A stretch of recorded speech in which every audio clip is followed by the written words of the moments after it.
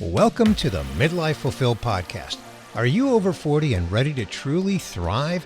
Well, on this podcast, we go deep on ways to thrive across the 5 pillars of midlife: health, fitness, career, relationships, and legacy.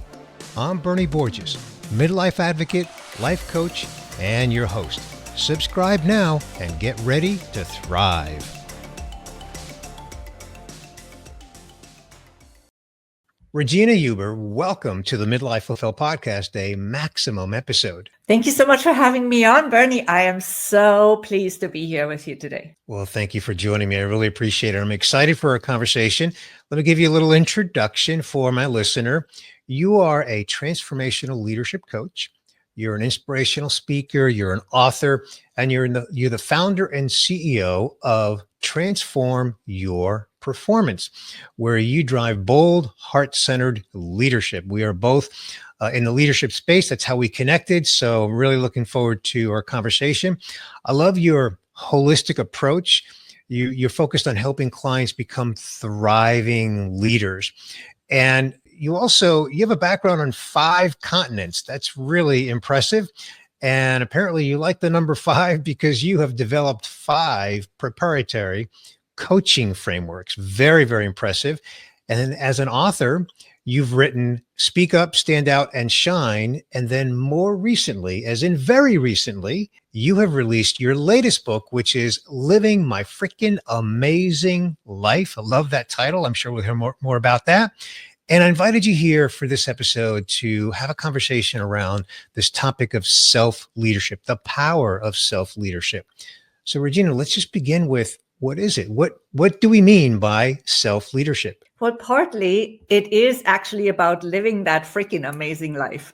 And leading your own life and leading yourself while also being able to lead others better once we have the self-leadership, once we master self-leadership. And self-leadership, as you well know, Bernie, is based on self-awareness. So how do we then gain self-awareness? Well, we gain it through self-observation, introspection, self-discovery, as I like to call it, and also through the feedback of other people, because our perception of ourselves, our behavior, even our words, and our energy, everything that flows into our leadership presence might be different to the perception that other people have when they see us, when they listen to us, and when they experience us as leaders, right? So it's very important, especially as leaders, to also request feedback, because of course, our team might not always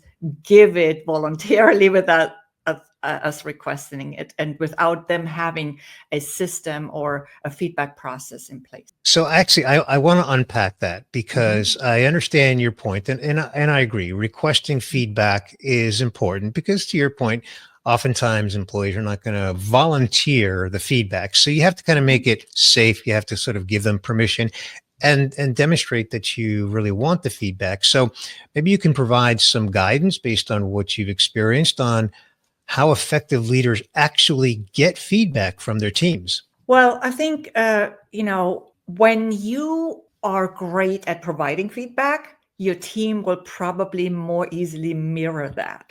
So it's constantly a give and back of feedback. It should really be ideally a more fluid process and more ongoing, and not just at the end of the year. But of course, yes, sometimes those mechanisms and those systems are necessary to provide the tool for people to provide feedback, and especially when it's a big team, right? Now, you mentioned the word safe, the safe environment. What does that mean? Well, we must build an environment where we have trust. And I like to say, just like feedback, trust is a two-way street. We cannot just expect trust. So first of all, of course, we want to build it as leaders, but we also have to give it. And that happens, among other things, through delegation. So there's a lot of topics in this one topic of trust and feedback, of course, and we could go all the way, or we just could leave it there and talk about other pieces of self-leadership and self-awareness. Well, before we go there, because I think to your point, there's a lot to unpack on this topic of Mhm. self-leadership, but I also want to address what might be sort of the elephant in this conversation. And what I mean Mhm. by that, and if you're familiar with that expression, I think it's more of an American expression. So I don't know how familiar you might be with the elephant in the room, right? But what I'm driving at, Regina, is courage. Like maybe as a leader, I'm afraid to get feedback if I ask for it. What's your experience on that? Well, courage is even a big topic in self-awareness without asking other people, I would say, because when we are truly honest with ourselves and when we go deep with our self-awareness and our self-observation, we might also uncover things that we might not like, right? We might uncover shortcomings or even also character traits that we again then see mirrored in other people, because other people that we interact with are our mirrors and they serve as our mirrors.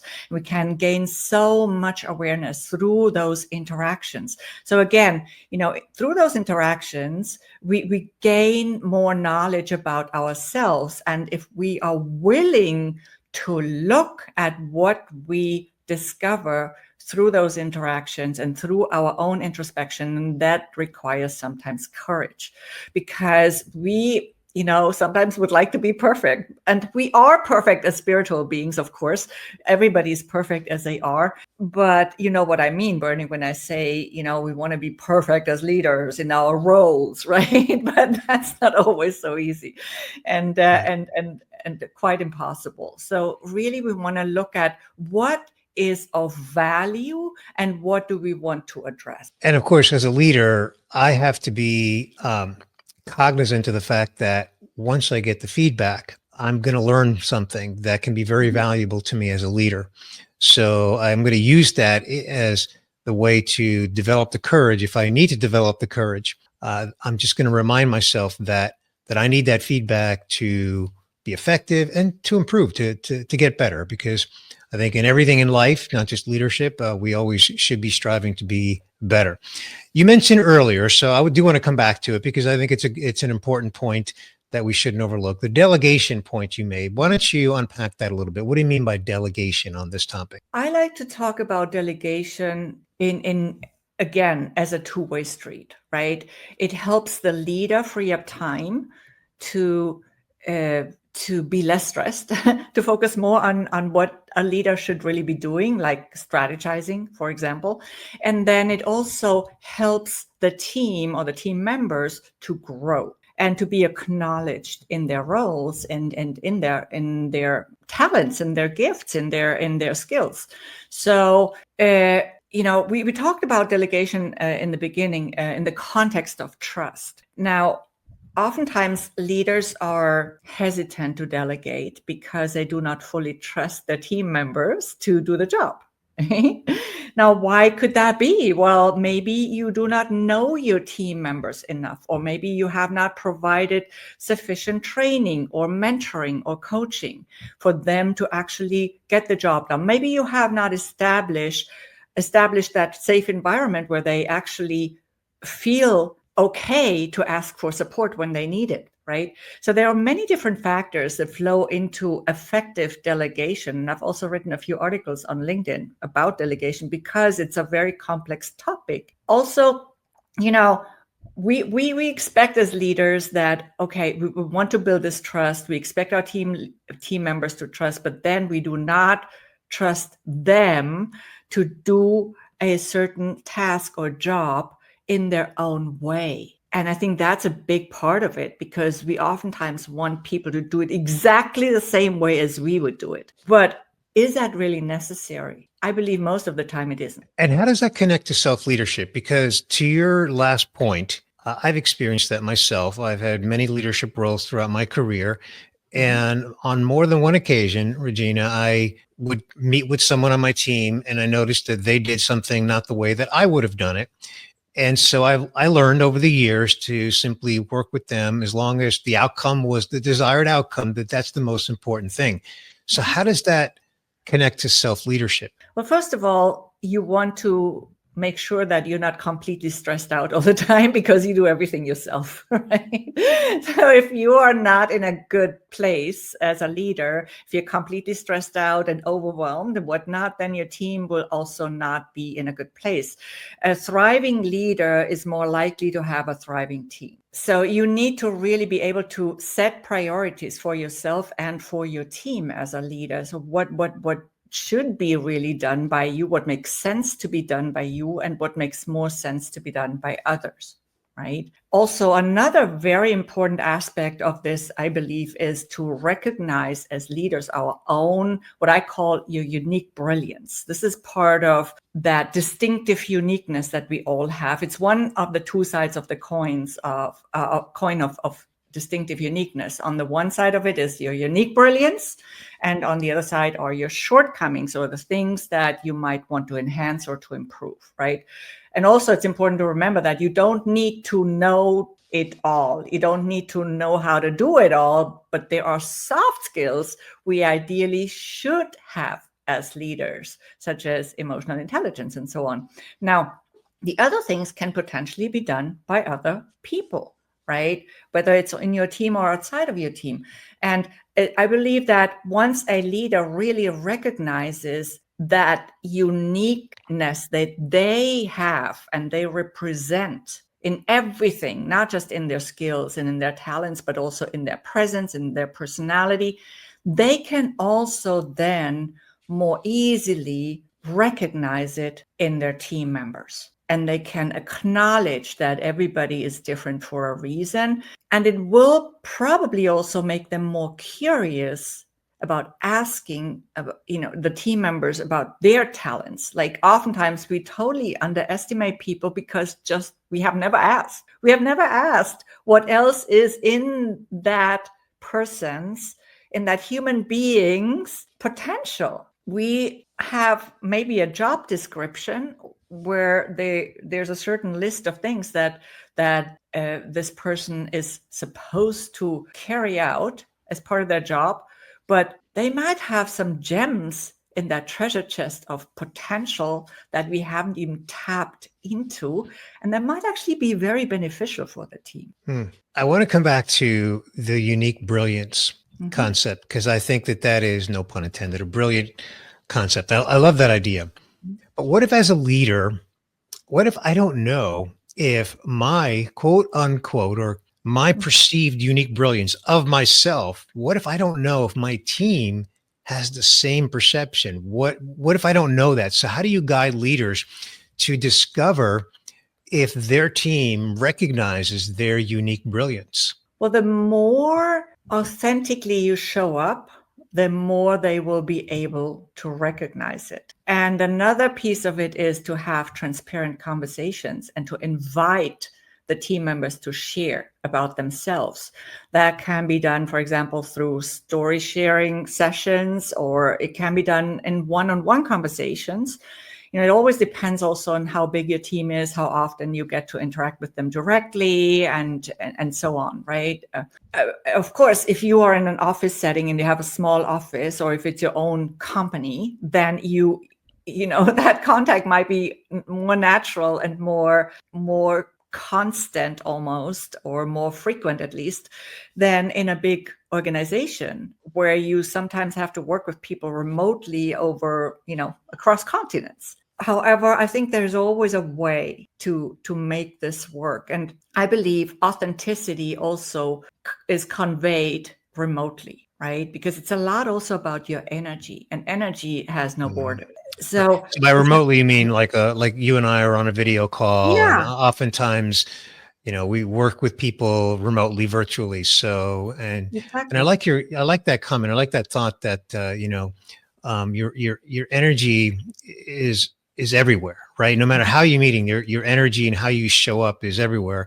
And that really can shine through on your authenticity. I have a thought. I have a question that just comes to mind on this topic, and I want to run it by you because I know with your experience, I'm sure you've had some encounters similar to this, and that is where, let's say, a leader is not self-aware, Mhm. and the people on their team recognize that that leader is not self-aware. How do you think that scenario can be addressed when the leader is not initiating, not embracing self-awareness? Well, I mentioned one-on-one conversations earlier.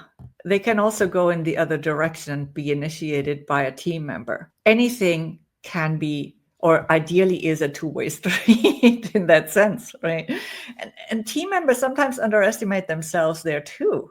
Sometimes leaders are very grateful. I remember I was thrown into my first leadership role without any relevant background. I just learned Spanish. I'd moved to Spain 10 months earlier, and I all of a sudden I was given this opportunity. Yes, I was one of several candidates. I had to go through the interview process, but all of a sudden I found myself here in my own office and leading a team of very different people, a big team of different people in that office.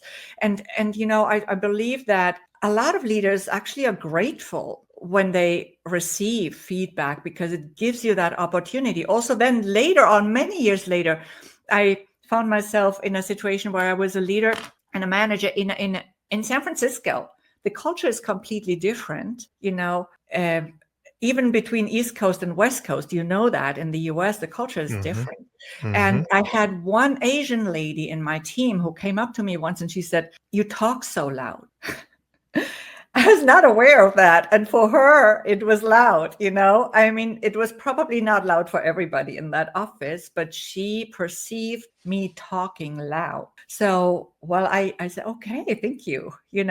I was not aware of this. So sometimes it's really a good thing for us to have that opportunity. Yeah.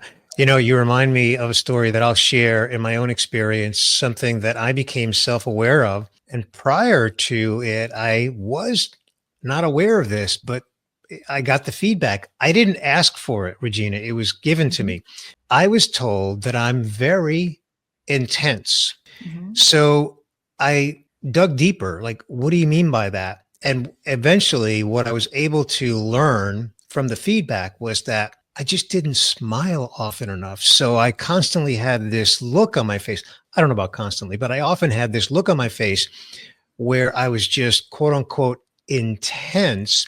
And so I just became aware of the fact that I just need to smile more often and show people that I'm present, I'm enjoying the conversation. I know we're at work and we're here to get things done. Of course, we all know that. But that feedback gave me that self awareness, Regina, that I did not previously have. And it really had an impact on me. I mean, it really stuck with me. And I made a conscious effort from that time, that moment forward, to sort of not just smile, but just approach my interactions with people in a way that may not be perceived as intense. That's interesting. And I'm curious now. Did it also make you feel better? Well, at first, I didn't like the feedback because I didn't think it was a compliment, Okay. but I was grateful for the feedback because I became aware of the fact that this is the Right. way I'm perceived. And it gave me the opportunity to do something about it. So I was very, very grateful. I just didn't like it, but it was still great news because I learned something that was not working in my favor and I was Mhm. able to take action to address it. Yeah, and I was also actually referring directly to the smiling more, because you know that the gestures also have an impact on your state of mind, right? So Yeah. a smile sends a signal to your brain that everything is okay. So it probably also made you feel better as a consequence. So that's why I asked also. And it's also about the energy. We talked about authenticity. I think it's such an important topic, but sometimes we don't really know exactly what we mean by that. To me, authenticity is how you show up in all senses, right? And do you show up in alignment? And again, it's such a term that we could define in so many ways, alignment, right?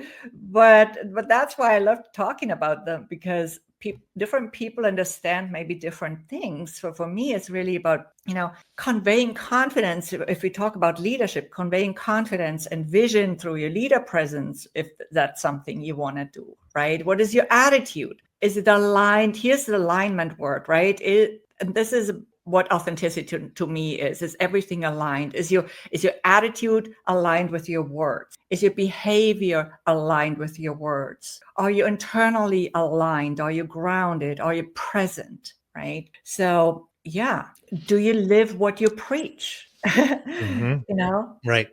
Right. and if That's your the ultimate in energy, authenticity, right? Is to, walk right. the walk, as the saying goes, right? Not just talk the talk. Right. And you also we mentioned energy earlier.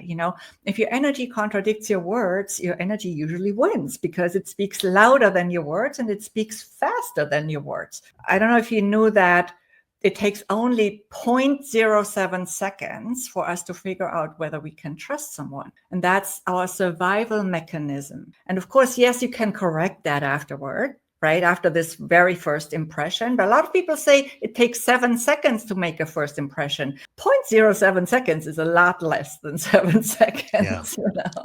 Yeah. Um, Yeah. yeah. And that's the impression we make through our energy. It happens over the phone. It happens in any setting. It even happens before you even speak, right? So, as we begin to wrap here, I want Mhm. to come back to the title of your book. I love the title of your book, Living My Frickin' Amazing Life.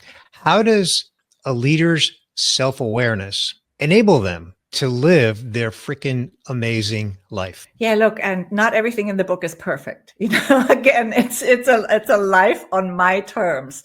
And my goal with this book, or my wish, I should actually say, with this book, was to make it meaningful to the reader. And that's why I'm sharing my stories, my experiences, lots of little crazy adventures even, and what I learned from them. But not just that, but how I transformed through those experiences. I share the leadership wisdom that I gained through those experiences, and hopefully also some inspiration for people to live their life on their terms. And that might look different for everybody. I love moving. I love traveling. I've lived on 5 continents. I've had very eclectic experience as a business owner in Argentina, in Brazil, now in the US, and currently I'm in France, but splitting my time traveling quite a bit in Africa in the last few years. Before, I was traveling much more in Latin America, some in Asia. So it's just been very eclectic, but maybe that's not your ideal life. That's Right. not your dream life. Maybe you Right. want to be in one place, and that's totally fine. The important thing is that you feel like the life you live is the life you want. And if that's not the case, then I would encourage you to go on a self-awareness journey and figure out what that is, and allow yourself to dream a little more. Ask the question, what is it that I really, really want deep inside my heart? That would be something that Yeah. might be useful. I love that. And what I would add to that, Regina, is because, as you know, I have my 5 pillar framework. So, Mhm. what is it that I want in my health? What is it that I want in my fitness? What is it that I want in my career and my relationships and my legacy, so that I maximize the self awareness of my own fulfillment, my own capabilities in each of those pillars. And I love how that self awareness thing, I could not agree with you more. I mean, 1000%. And frankly, just looking back at my own career, I can certainly remember when I didn't have the self-awareness that I have now. And by the way, it can be improved. To your point, it's not perfect. And I can also say that I've experienced leaders that didn't have self-awareness on Yeah. specific ways that they led. So this is a huge topic. I love that you're doing a lot of fine work on it. And so, Regina, where can people learn more about you, your world, your book? Just connect with you. Yes, I also have a podcast. It's called Rise to Lead, and everything is really united on my website, transformyourperformance.com. There's a podcast page on there, a book page. You will find it all there. Fantastic. Well, my listener knows that will be linked up in the show notes for this episode. And Regina, I just want to thank you for joining me for this episode, a maximum episode on the Midlife Fulfilled podcast. We are very much aligned. I love the work that you're doing. And I look forward to continuing to following your work and staying connected. Thank you so much for having me on, Bernie. I'm saying the same.